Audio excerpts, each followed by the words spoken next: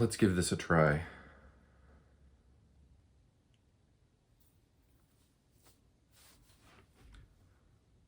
Hello, Mr. Harrison. Mr. Richard Harrison. Oh, it's so great to talk to you. My friend Jeff and I, we're doing this show. We call it Bottom of the Barrel. We just did your movie Ninja Terminator, where you played Ninja Master Harry. We're doing Empire of the Dark, where you play the bad guy Arkham. Would you be willing to come on our show to talk to us about it? Go to hell. How rude!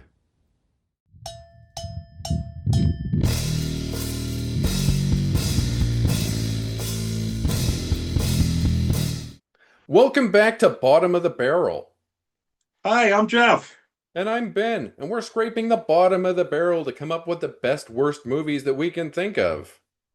Because like us, you may take great pleasure in that for whatever reason. Today, Jeff's going to be hosting, and we are in luck because Jeff is the world's foremost expert on the movie Empire of the Dark by Steve Barkett that we're going to be focused on today. In fact, he has an honorary degree from the Steve Barkett Institute of Vanity Projects. That's right, I do, and I think I've probably seen this movie more times than any other person in the world. If there were an award for the number of times someone has watched Empire of the Dark, I would really want to meet the person who thinks they can beat me in that I'll present contest. you with the award right now. Thank you, Ben. Let me tell you before we get started that today on my way home, I passed a Cybertruck. Ooh, I see a lot of those in my neck of the woods. Well, we don't have too many here, and it seems like the same two guys are driving them all the time. But let me tell you what I do when I see a Cybertruck go by. Now, I don't flip them the bird, I don't flip them off, and I don't call them a bad word or anything like that. I'm a nice Canadian boy. So what I do is when I am positive that the driver can see me, I register a look of disdain, a grave, severe look of disappointment, and I give them a very crisp thumbs down. So it's to make them regret their life choices.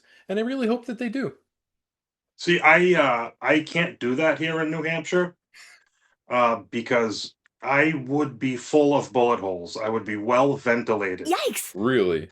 if I tried that baloney here in the Granite State. Well, here in the true North, strong and free, you can get away with that sort of thing, I suppose. Yeah, not here. And I mean, we see. I mean, I live in one of the northernmost states of the country, and I see Confederate flags on the back of trucks. Jeez. Yeah, scary, scary. Wait, are we talking about a movie? Yeah, I think we are supposed to be. Sorry, I went off on a side tangent. I tend to do that. All right. Why don't you? No, I mean that could end up being far more interesting than Empire of the Dark. Who Who knows? knows? Maybe it'll get us views. Who knows, right? All right, Jeff. Why don't you get us kicked off about this crazy movie, Empire of the Dark? Okay, Empire of the Dark, Empire of the Dark. So we start off with this beautiful underground Raiders of the Lost Ark type of scene. It's like this cavernous, underground, hellish landscape. And of course, we see the villain, Richard Harrison, my favorite actor of all time. Ninja Master Harry for the folks at home. Yes, yes. He is robed, cloaked and hooded, and he's got a dagger up, and there's this beautiful woman in red lingerie. Richard Harrison, I don't even remember. I don't think he's even given a name, or if he is. Yeah, he's I've given never seen the some movie. sort of name. I can't remember I've seen the what it is movie right now. probably 20 times, and Yeah. of course I did not come prepared enough to know the lead villain, remember the lead villain's Well, name. I don't remember it either, so what are you going to do, right? But he's got the dagger up, and he's like, "Bring me your bride," or some shit like that. Yeah. And he plunges the knife down into the chick's belly, licks the blood off the knife, which is just a beautiful shot. And this giant stop motion claymation horned demon beast emerges from like the pits of lava somewhere in the this cavernous terrain. Now, I And have a question about that thing, because how the hell yes, does its legs work? Because its legs are weird. They're all jacked up. It's surprisingly impressive for this yeah. movie, Hmm. but its legs are all jacked up. They kind of go at an angle that's like a V, but not in the way that you'd think. Like not like a chicken's legs, the opposite direction. It's strange. The symmetry is Yeah, preposterous, but it yeah, works. yeah, And as we'll see throughout the movie, this giant claymation monstrosity, he's got no problem with those legs. He can kill people, he can eat people, he can even snap them in half. yeah, But we'll get to all that later. yeah, One thing I'd like to say before we start is this movie makes great use of some excellent low budget staples. We've got stop motion, claymation, miniatures, yeah, matte paintings, and forced perspective. yeah. All of those things are brought to the plate here by Steve Barkett, with the help of Fred Olin Ray, who whose name appears as some producer Yeah, he's some of sort of sorts in the producer. Yeah. credits. And that after that creature awakens from the deep, we cut to the opening credits, where we get these Olin Mills style face portraits of Steve Barkett and then Richard Harrison. Yeah. Um, Mind-numbingly bizarre for that to pop up in like a low budget horror movie. Um, but yeah, Oh, and then we got a font that I looks just like remembered what Richard Harrison's name is in this one. It's Arkham. oh, okay, Arkham. Thank you. Arkham. Yeah, there you go. Yeah, I never would have remembered that. Sorry, Couple proceed. things I really, couple things I really like about the credits is there's a name in the credits that is my favorite, maybe a better name than Jimmy Poon from Ninja Terminator fame. This person's name is Isam Jamjoom. ISAMJAMJOOM. I remember Um, that name. yeah, I don't know who Isam Jamjoom is, but if you're watching this, you've got the best name in the world. And then we get the title card, which looks like Empire of the Dark spelled out in like black electrical tape on a piece of glass with a red light shining behind it. I don't know if that's an actual font, but if you're a graphic designer and you can make me the black electrical tape font, I will use it thoroughly.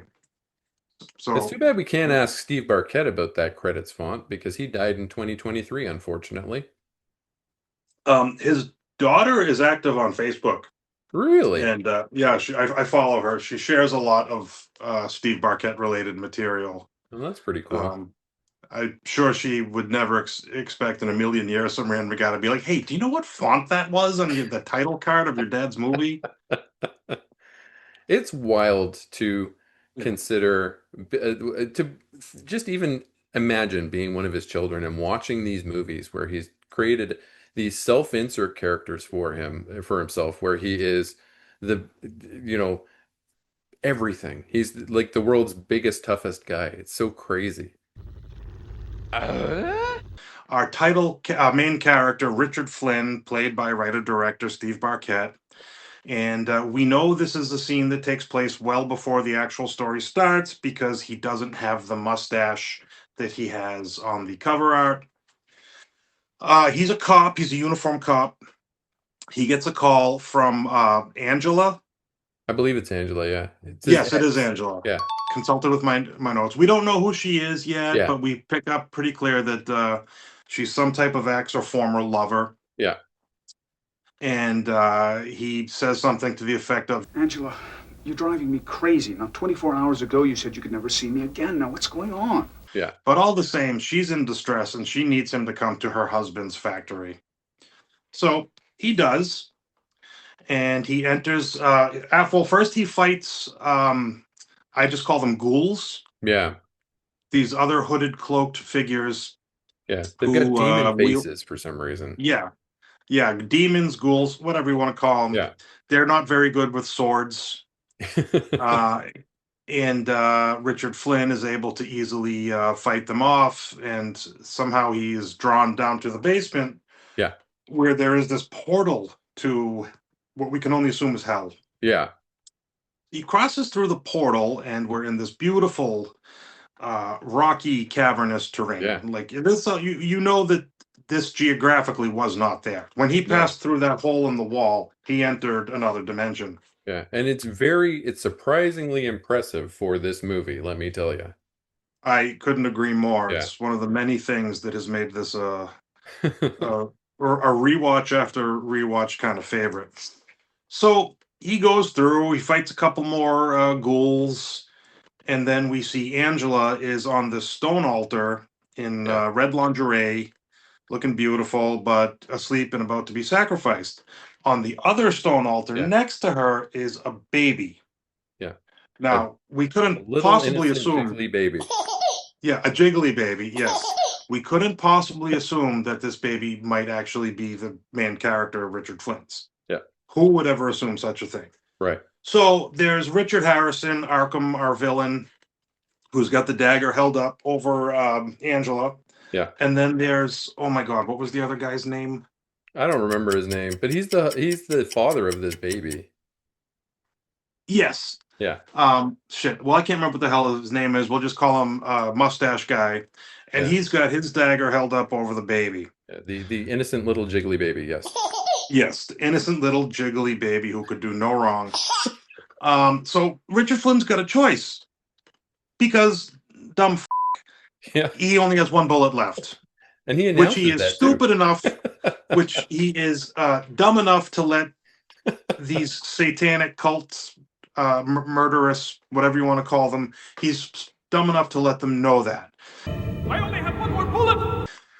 So he's got to make a choice. Is he going to kill his ex? Or, I mean, is he going to kill the guy who's going to kill his ex? Or is he going to kill the guy who's going to kill this poor little jiggly baby? Yeah. Well, his conscience tells him what to do, and he shoots the guy who kills the jiggly baby. And then there's a fight between him and Arkham, Yeah. which he wins. He believes Arkham is dead. And He really then, smashes his head in too. He really goes for it. yeah, Yeah. it's quite a display.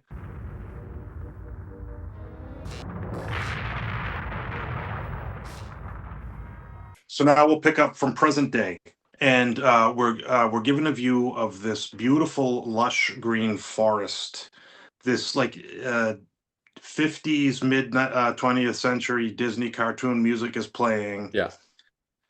It puts you in this happy place. You almost expect a couple of cartoon chipmunks to dance on their two hind legs across the screen, and you think, oh, this suddenly feels like a very nice movie. And then, bam, we cut right to Richard Flynn in the present day with that big, beautiful mustache, and he's in bed, and his hairy, beefy, naked chest is right there.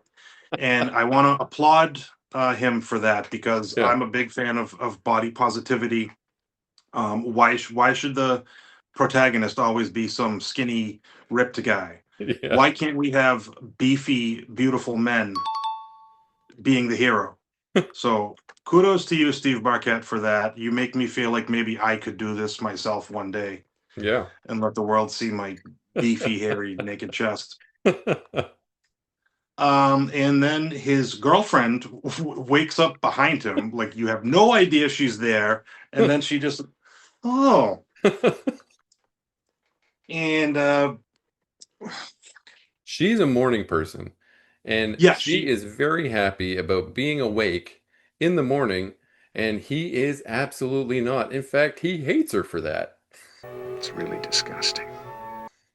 Yeah, he's none too thrilled. You almost get the idea that this might be one of those characters who conveniently disappears before the movie's end. But I won't give any spoilers on that just yet. But she gets out of bed. She goes to do her thing. She's like a reporter or something. Yeah.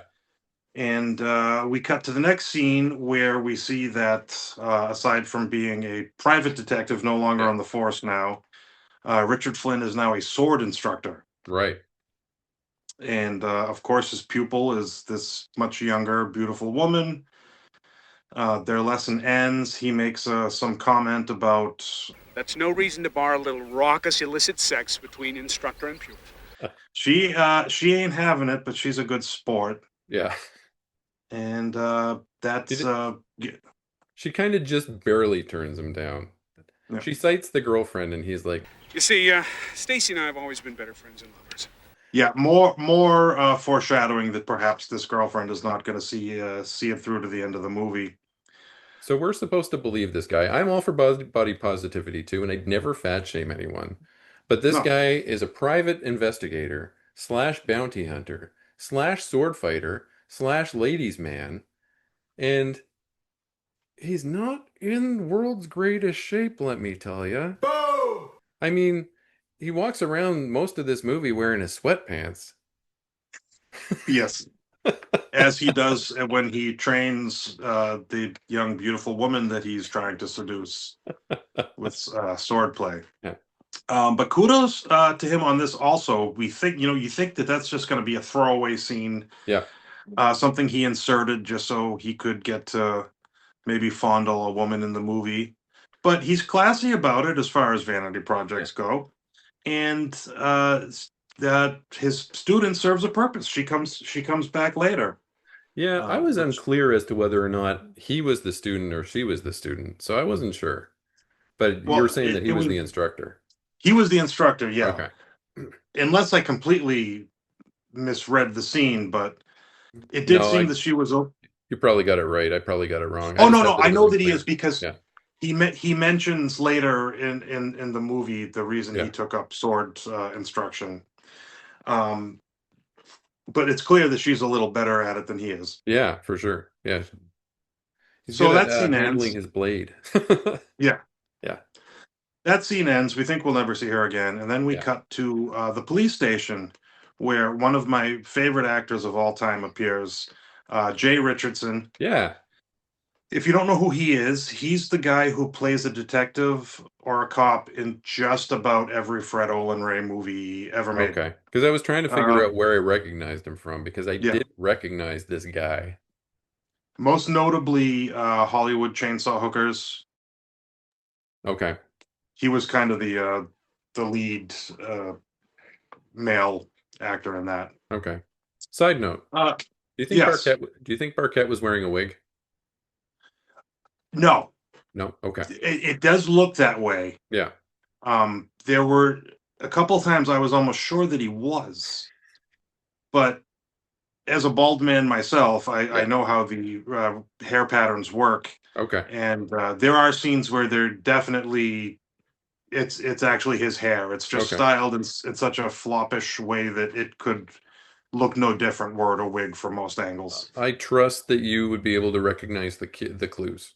Okay. Yeah, yes. I've been bald for almost 20 years now, and so yeah, the thought of hair restoration had crossed my mind a few times. So I've done my research, but Okay. in the end, just don't fight it. Look at this. Yeah.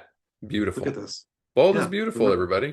it is. Women I'm love it. losing mine. You can't see it from here, but it's pretty bald on the top up here. You're about where I was when I was like 24. Okay. I'm pushing 50, so Yeah, pretty good so far. you're doing all right. So anyhow, Yeah. Eddie Green is the detective's name, played by the great Jay Richardson, and he's on the phone having some kind of conversation, which is meaningless to the story. But he Yeah. gets a visit from Terry. Yeah. We learn very quickly that Terry is the baby who was rescued by Richard Flynn in the Yeah. beginning of the movie 20 years later. If you haven't noticed yet that he looks like a much younger, skinnier version uh, of Steve Barkett, well, it's pretty obvious. Yeah. Terry is played by Steve's actual son in Christopher, real yeah. life. Yeah, Christopher Barkett. Yeah. So he brings a photo to Detective Eddie Green, and it's a photo of Arkham and the other damn guy whose name we can't remember. Yeah. The dad And of Terry's supposed dad. yeah, Am who I is spoiling things Terry's? by saying supposed? No, I don't think so. I think I everybody don't can think figure it. it I out. think we know with movies like this, Yeah. it's not the story that is the appeal. Yeah. It's all the other great things that we talk about. So Terry's got this picture of Arkham and the guy he thinks is his dad. Yeah. And Eddie Green's like, what's the big deal? They've been dead for 20 years. Yeah. But Terry points out that the car in the photo was not a car that would have existed 20 years ago. Yeah. Well, I guess because this movie was 1990, so 1970, Yeah. whatever. And there I go with the That's fine. And we we're gotta run supposed a counter. I'll put the counter because I've already How done many my times? shit. I've already How done many my times? shit. I'll tell you though, we're supposed to believe that that was 1970 where it happened, 20 years before Yeah, 1990. And Steve Barkett did not have a wild mustache. I can't believe that. yeah. Yeah.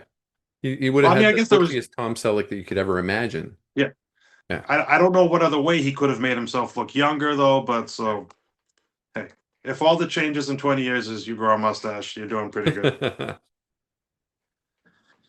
So the character's name is Terry Nash. Yeah. His mother is Angela Nash, who's been dead for the last 20 years, and apparently Detective Eddie Green knows something about this. And it seems like he knew or he had an idea that this Terry kid was the baby. Yeah. Yeah, he knew. But So you're the baby. and so he says, "Okay, maybe I can help you." hmm And He wasn't going to so help him until he saw that photo. When he saw that photo, he was like, "Oh, okay, yeah, wait a minute, I got to help you." yeah, Yeah. so Richard Flynn is back home, and his girlfriend is leaving, and she says she's going to interview this old guy who Yeah. knows all about the demon slasher, which is the other name that's given to the Richard Harrison Arkham character. Yeah. Well, I see you tonight. Let me call you, okay? And Richard Flynn pulls out the picture, and after she leaves, he pulls this picture out, and he goes to this amazing flashback scene where he's having a makeout / dry hump session with Angela, which is tough to watch, but hey, good for him. Yeah. And good for her if she's into that. There's all this caressing and groping and kissing and And for some reason, we're supposed to believe that Richard Flynn has been carrying around a glamour shot of this woman in his wallet because it's one of those glamour shots that people used to buy for their husbands or wives way back in the 90s. And that he's having, sorry, I'm laughing. And he's no, it's having great. this It's hilarious. vision at the kitchen table and probably Jack in it. Yeah, yeah, that was probably the deleted scene for sure. But that's when she tells him in hit the Yeah. flashback. She Yeah. tells him that after getting in bed with him and rolling around and groping, Yeah.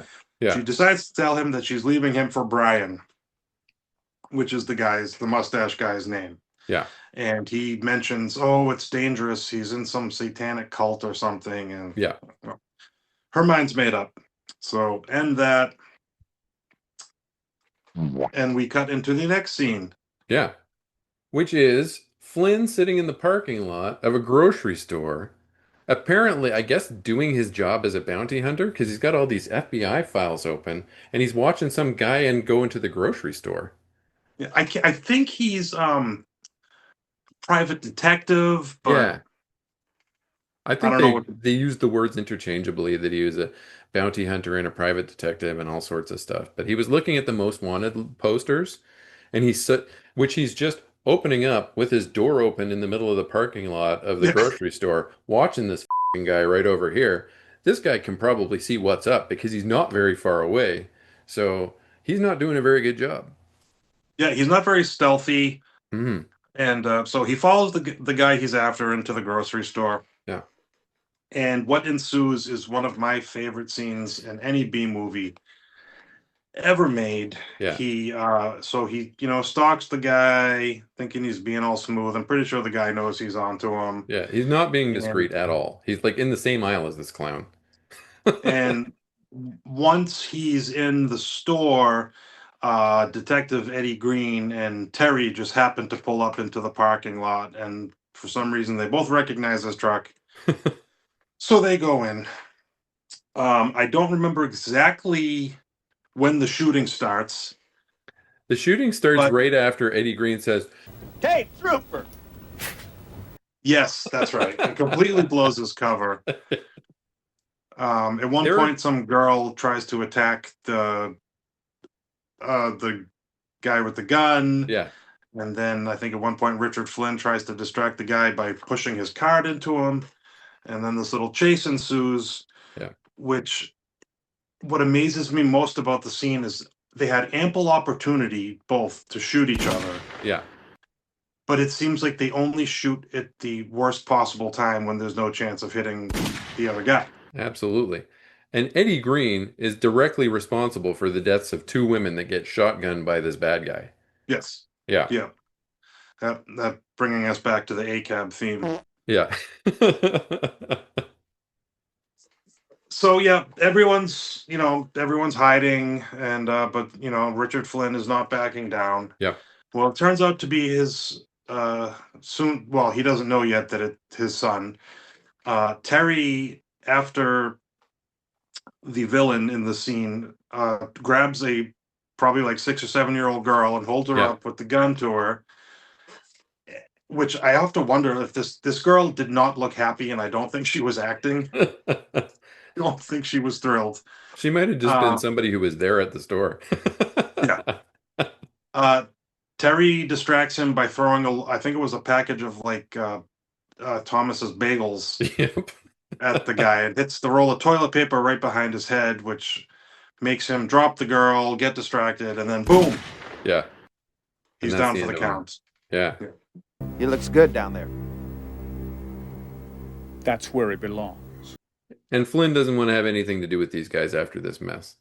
It's like, you guys are Not so going much. Yeah, even though he was responsible for some unnecessary deaths.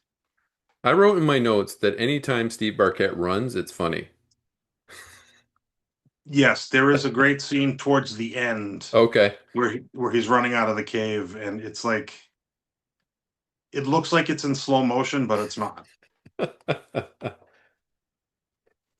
I hope So I'm not now making the camera bounce from my laughing. it doesn't look like it. Okay, good. I'm leaving this in.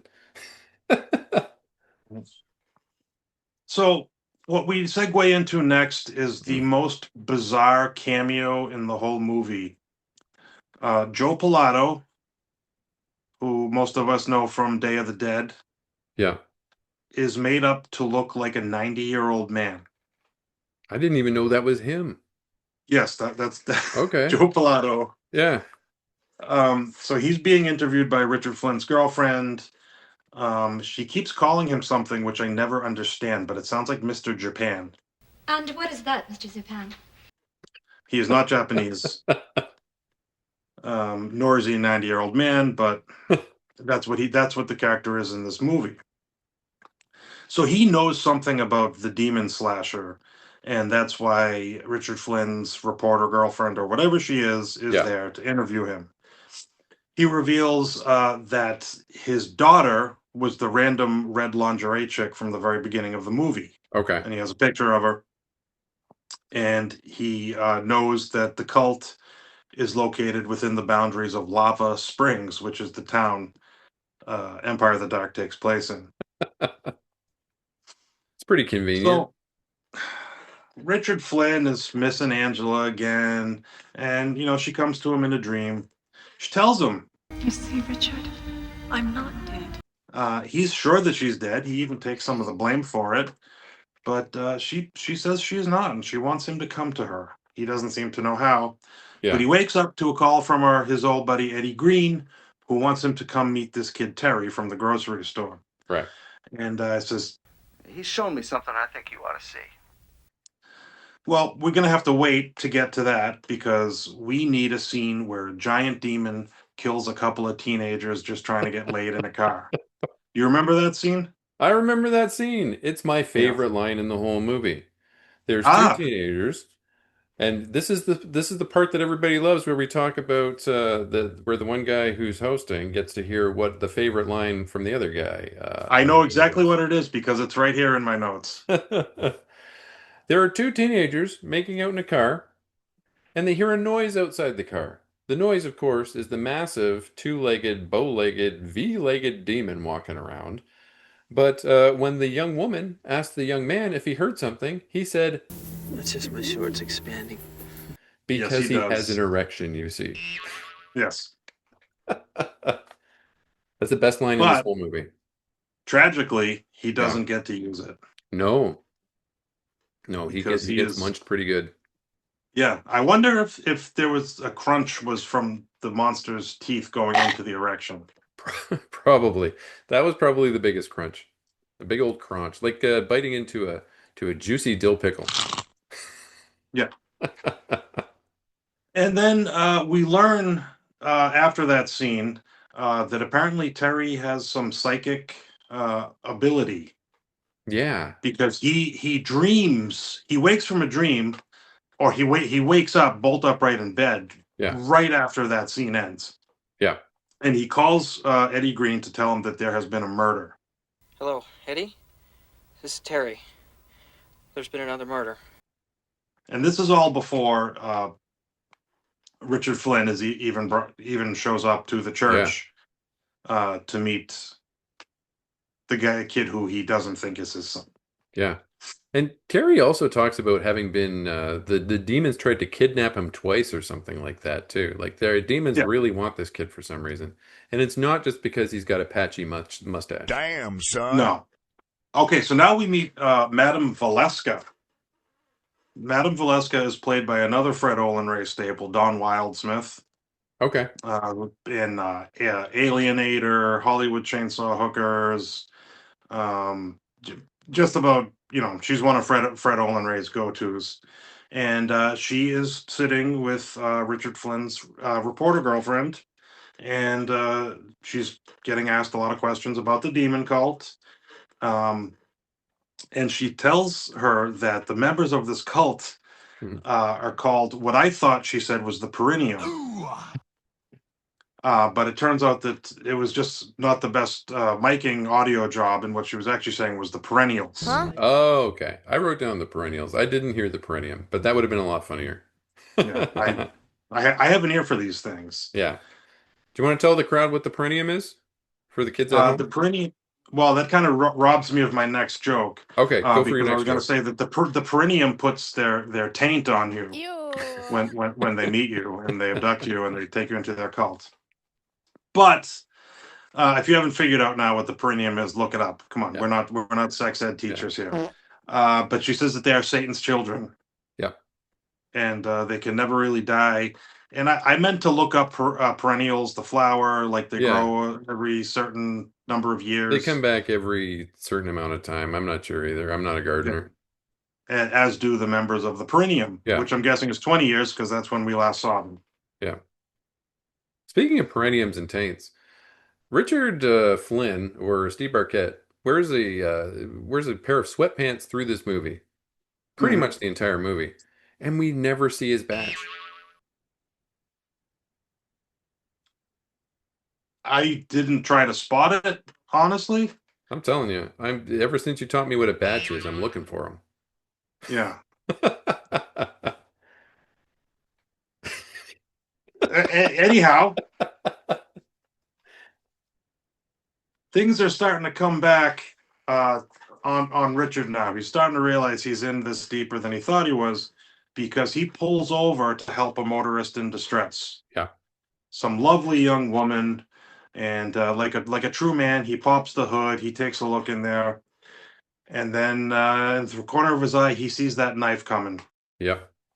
And which results in one of my favorite things in the movie, where he just clocks her right in the face and lays her out completely.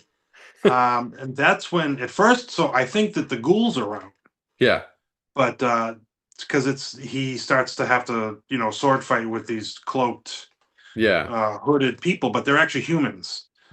So those are the perineum. Okay. I guess maybe when they die, they come back as the ghouls, but I when wasn't they're sure still who in was Goon. who. I just know that some of these guys had masks on and some of them didn't. That's all I knew. Yeah.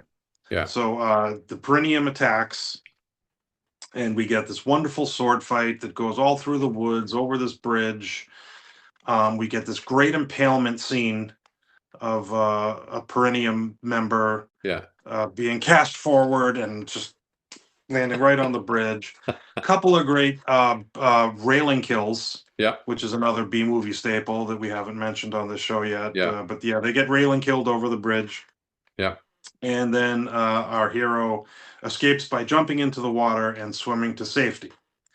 After all that, he finally gets to the church to meet Eddie and the kid he will eventually find out to become his son. Yeah. At the church with the nun, who shows that she means business Yeah. by when she tells Richard Flynn that he needs to pursue this matter and accept that Terry is his son. Yeah. And she even says it's bullshit. Yes, Mr. Flynn. Bullshit. Wow. And nuns aren't I'm supposed to gonna- say that, so you know she means business. Yes, I was raised Catholic, and Yeah. never once did I hear a nun say bullshit. Okay, that's better. Yeah. For the folks at home, Jeff just turned his light on, so that's why it went from dark to light all of a sudden. Deal with it, nerds. Okay. Tell me how the sausage is made here. Batches, sausage, Taints, perenniums. things. This is an NSFW kind of show, kids. Yeah, for sure. So we go back to hell, this rocky, cavernous terrain, Yep. and some guy who we there's no way for us to know who this guy is, who's being whipped by Arkham. Yeah. He looks so much like Brian that I thought at first it was him. Yeah. But by studying the intense dialogue very closely, I learned that he was in charge of the Perineum members who attacked Richard Flynn when he was trying to save the motorist in distress. Okay. Um, I thought he was just somebody that got kidnapped, so that makes sense. well, at one point Arkham yells at him because he says that Richard Flynn is still alive. Oh, And he's okay. not supposed to be. So this guy gets stabbed to death. Yeah. That's what happens when you fail the master of the Perineum. Yeah. But won't that guy just come back? Because he's Perineum too, right? I guess he has to sit it out for the next 20 years. Okay. Yeah. He has to wait for it until he respawns. Got it. Yeah, he's in the perennial purgatory until Yeah. their next resurgence. Okay. So we cut to a scene of Richard Flynn camping outside. Yep. Because that's what you would do if there was a murderous satanic cult after you. You would just hang out and sleep out in the great wide open with no protection around you whatsoever. If you were the toughest mother in town, you would. I guess so. Maybe that's Yeah. the point he was trying to make. Ghouls with swords clearly are no match for Richard Flynn, Yeah. our beefy hero. And then, what do you know? Angela comes to him in a dream again. She says she tried to warn him, and then all of a sudden Eddie shows up. We don't know what she tried to warn him about because she said that she wanted him to come to her. Yeah. Well, hey, she speaks in riddles, as most people in perennial purgatory probably do. Yeah, But absolutely. then Eddie knows where he is, and he comes to visit him. Yeah. And for whatever reason, he brings him back to the church where the nun is. Yeah. And I got the two scenes confused. This is where she breaks the news to him that Terry. Oh, okay. Terry Nash is your son. And he can't grasp the fact that some chick he had sex with 20 or over 20 years ago might be the mother of his son, and the baby might not be his. Yeah. Absolute impossibility. I mean, we literally saw a scene of him dry humping her, and not once did he consider the fact that maybe during one of their actual Bone sessions. Yeah. bone sessions, something got through and made it to the other side. Now, is this where she also tells them that the only way you can beat the Perineum is with sacred steel? Yes. Yes. I Okay. I don't think so. Actually, I think that No. comes Okay. later. All right. I jumped the gun. But yeah, I'm sure every scene that was filmed in that room was filmed in the span of an hour. Yeah, So, probably. what right do we have not to get them confused? Then we get another shot of another red lingerie chick being sacrificed. Yeah. There's not much else to it than that. They just said, "Hey, we're going to sacrifice another chick." Yep. Steve Barkett wanted to see another woman, so there you go. Yeah. Yep. So we know that Angela is alive in hell, as we see, because she's there when Mm-hmm. this happens. Yep. So Madame Valeska meets with Richard and Eddie, and she's in some type of. She explains that Angela is in some. She uses the word antechamber, She is in the antechamber. in some type of suspension. So she's Okay. neither really a dead or alive. Yeah. But of course, that's the hero's calling. He knows that he has to go to her to bring her back to the living. Right. So she can still be sacrificed, but she needs Terry there to be sacrificed too. So you'd think that at that point you'd go on high alert and keep Terry safe. Yeah. And they kind of do, but they don't. Something happens to Madame Valeska Yeah. because when. What's her name? I wrote RF's GF. Richard Flynn's girlfriend Yeah. The goes to reporter. visit Yeah. Madame Valeska. I don't remember what her Uh, name is. I think they said it once or twice, but the morning person. I'll just call her the Yeah. morning person. Yes, the morning person goes to Yeah. visit Madame Valeska, and the lights are off. She can't turn the lights on. Yeah. Something obviously happened, but she sees the shadow of Madame Valeska sitting in Yeah. a chair, and she goes over and says, "Hey, are you all right?" And her head falls off, Yeah. and we see a B mannequin movie head on the staple. floor. Mannequin head on the floor with a Yeah. blonde wig that does not match Madame Valeska's hair whatsoever. Oh, the things that they So, tried to pull over on us in the VHS days. My yeah. God. So she goes back to Richard's place and he tells him all about it. And this is where my instinct proved to be correct. He says, This is not your fight. I want you to go home to Oregon, and I mean tonight. in other words, get out of this movie. The Yeah. woman I love might still be alive and I might be able to bring her back. So I'm Yeah. done with you. Hit the bricks. I got work to do. Yeah. Angela And hates mornings. yeah, and like that, morning person heads back to Oregon. What we get next is this big sword training Oh, montage, it's so good. So good. and that's when the student comes back Yep. and she joins them.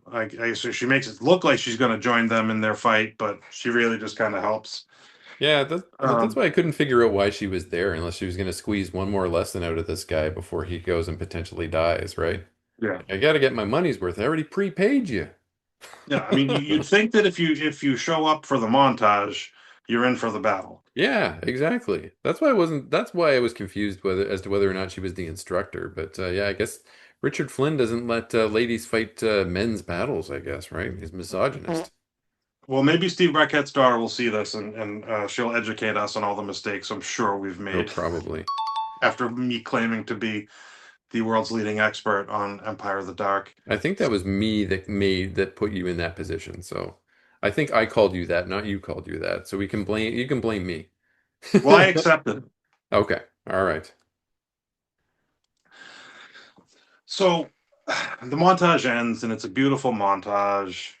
And it brings us to the last part of the montage is my favorite, where they're back at the nuns' Yeah.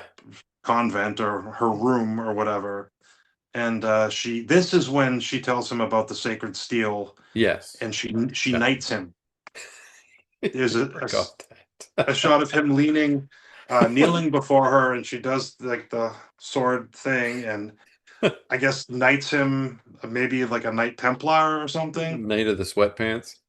Yeah, knight or the round knights of the Royal Order of the Sweatpants.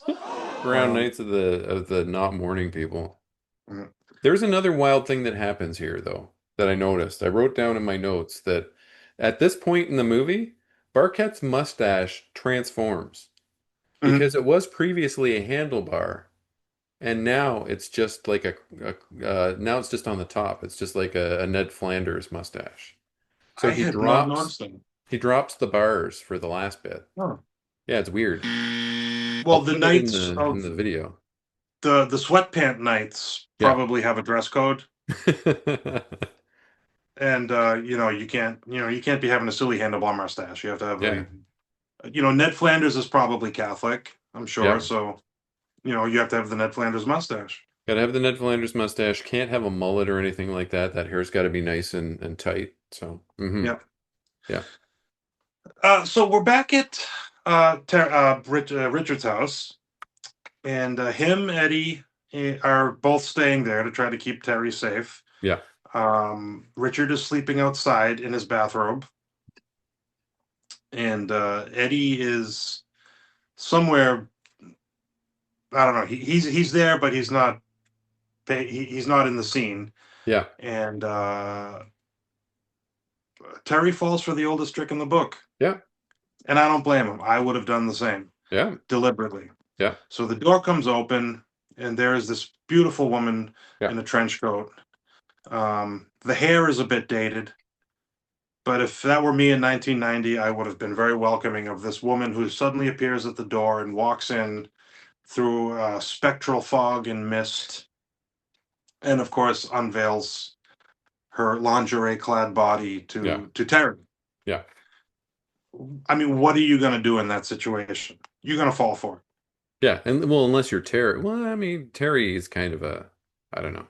But yeah, Terry did fall for it. He fell for the demon booby lady. Yeah, for sure. Yeah, and I don't blame him.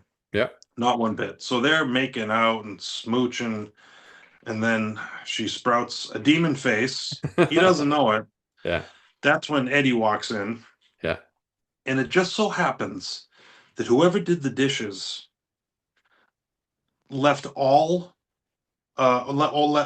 everything away except for one knife that was in the dish strainer with the blade pointing out. Yeah. Well, this may be the one time in history that it paid off, because Eddie runs up, pushes Terry from the back, and the demon face woman's back is impaled, and you got a great shot of that knife that was only about yay long. Yeah. The blade going all the way through her chest. Ouch. Yeah. Coming right through the breastbone, and there you go. Yeah. World's sharpest knife, world's cleanest knife as well, apparently. Yeah. Now, Richard can't do much about this because he's outside and he just got attacked by ghouls. Yeah. Mm-hmm. Yeah, all these guys in their little demon masks are attacking him now, and he's in his bathrobe through this entire scene. Yeah. Yeah. Another thing I just love about it, another thing that makes this just one of my favorite movies of all time. This is how everything that Richard Flynn does is exactly what I would do if I were in that situation. Everything I would wear my bathrobe when I fight demon ghouls. I would constantly be thinking about a woman I have no chance with in my dreams who comes to me and tells me to rescue her. Yeah. Anyhow, he defeats the ghouls, but he gets pushed into the water. And he comes out of the water, runs into the house, and there he finds Eddie passed out on the floor with a noose around his neck. Yeah. Where'd that come from? I don't think we saw how it got there. No. But it's just a noose and it's not attached to anything. Yeah. Maybe he put it there because he was so sad, because he, as you're about to tell us, that he lost Terry. So he decided Terry he is was going gone. to end it. Yeah, Mm-hmm. Mm-hmm. So we get to the denouement now. The what now?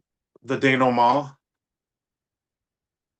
It's a French word for like ending that snobby film people use instead of just saying ending. The denouement. Yeah, okay, denouement. Yeah. All right. I of course use it ironically because I am not even a college graduate, but You're goddamn right. You're a writer. You're allowed to use words like that. Yes. Yes. Jeff, denouement. you are wonderful. Oh, thank you, Ben. You're welcome. Oh, so next thing we know, Eddie and Richard, Eddie and Richard are outside a bunch of caves. Yeah. We don't know how they knew the location of the demon slasher's new lair. Yeah. It appears to be the same lair. So somehow they knew that that's no longer in the basement of that warehouse from the beginning of the movie, Yeah. but it is now actually in a cave system because they bring dynamite. That Eddie waits outside with the dynamite while Richard goes in to save the day. If this layer was going to be anywhere, it was going to be in the town of Lava Springs or whatever you said that name was. Lava Springs, yeah. Yeah, Lava Springs. If anywhere there's if there's a portal to hell anywhere, it's in a town named Lava Springs. Yeah. Yeah. I never even put that together, like hell and lava. Yeah. Didn't even think of that. So anyhow, Richard braves his way into the caves. Needless to say, he's got to fight a bunch of both Perineum and ghouls. Yeah. He finds the same exact scene he saw 20 years ago with Angela about to be sacrificed, with the now 20-year-old Terry on the altar next to her. Yeah. Both Arkham and Brian are there with their daggers held high. And we then get the most unintentionally hilarious scene in the entire movie, which is where Joe Pilato comes back, hobbling like the 90-year-old man he's portraying, just for the entire scene to cut to stop motion claymation, where he is picked up by the demon monster and ripped completely in half. Yep. To explain it doesn't do it justice, but you're going to see the clip. I can show that because it's not a real person. So there you go. So then we get it. I wouldn't say it's a rushed ending. Yeah. But you could tell the writing had all been done, and all we were gonna get was just a bunch of fighting. Yeah. Richard kills Arkham with the Holy Steel. Yeah. It's this little crucifix with a blade that looks duller than a butter knife. And Arkham goes all Palpatine on him with the Force Lightning. Yeah, he used Force Lightning for like 1 second. Yeah, which briefly incapacitates our hero, but then he pulls out the Holy Steel, and Arkham says, "You think that can kill me?" And he's just like, "Yeah," and stabs him with it, and sure enough, it sure did. It works. He tells on the walkie-talkie, he tells Eddie to blow the dynamite, and Eddie's like, "No way, Flynn! No, get out first!" And then he runs. Slow motion. Comes outside, and there is Eddie and Terry, who I forgot to mention that Terry and Angela make their escape. Yeah. So there they are, all is well that ends well, but oh no, here comes Brian. Brian is still alive. Yeah. He survived the dynamite explosion. He charges with a sword. The sword gets knocked out of his hand and lands face up, blade up, just like the knife in the kitchen. Terry blasts him with a pistol from way farther away than I know you can actually hit a target with a pistol. Yeah. And he is catapulted and impaled on his sword. And then Richard comes over and grabs him by the hair and says something like, "In the unlikely event that you boys should ever be back, we'll be ready." Drops him. He's dead. So Eddie's like, "Hey, what did you say?" And instead of repeating what he said, he just says, "I told him to go to hell." And our wonderful movie ends with another kissing scene that Steve Barkett provided himself with. And that's that. That's Empire of the Dark. So we're supposed to believe as well that this woman, who is like a fashion model, who is 20 years younger at this point in time because she hasn't aged a day, still wants to be with Steve Barkett's character, Richard Flynn. That's what we're believing. I firmly believe, like, if I were a single man, if I were not married to Melanie, Yeah. I think I could pull that off. Yeah, you think so? Yeah. Yeah. I mean, look at it's true. the gray in the beard. Yeah. They see the wisdom. I've seen a certain photo of you with a bear rug too. Yes. Yeah, the irresistible photo. Who could turn that down? No Women one. look at me. They see not the years of my life, but the life of my years. Oh, very fancy. That's writer talk, everybody. Yes, I am what they call a cunning linguist. Well, friends, it's time. It's that time. It's time for us to rate this movie. So, Jeff, what would you rate Empire of the Dark? Absurd plot, beautiful women, Satan, sacrifice, blood, blades, beefy, hairy men displaying their beautiful torsos. I have no choice but to give this movie 10 out of 10. Greatest B movie ever made. All right. So now this is the second Steve Barkett vanity project that I've seen because I did see the Aftermath that he did in the early 80s. And we have covered a previous vanity project on this channel called Boarding House. And I got to tell you that this vanity project blows the shit out of Boarding House. It's like 100 times better, and Boarding House was a 10 out of 10. So I definitely have to give Empire of the Dark a 10 out of 10. I'd be a fool not to. What are we doing here? It's a 10 out of 10. It's an 11 out I mean, of 10. I don't even think we should record another episode of this show because what we've done, the greatest movie ever made. What more can we do? Unless you and I sit down with Steve Barkett's daughter to discuss this movie, I think we're done. Yeah. If that does happen, maybe we can hang it up. But until then, we're going to keep on plugging. Yeah. She's really going to let us have it, I think. All right, folks. That's the end of another beautiful episode of Bottom of the Barrel. Jeff did beautifully. Jeff's second hosting job is great. Excellent work. I'm sure the edits will make it look like a seamless performance. It was beautiful. It was great. So everybody, please subscribe to Jeff's channel. Subscribe to my channel. You can do them by clicking the subscribe button on this video. You can hit them both at once. It's so easy. It's so fast. Takes you 2 seconds. Doesn't cost you a penny. And you can see more content like this every single week. And we'll see you next week with another crazy, ridiculous movie. Goodbye.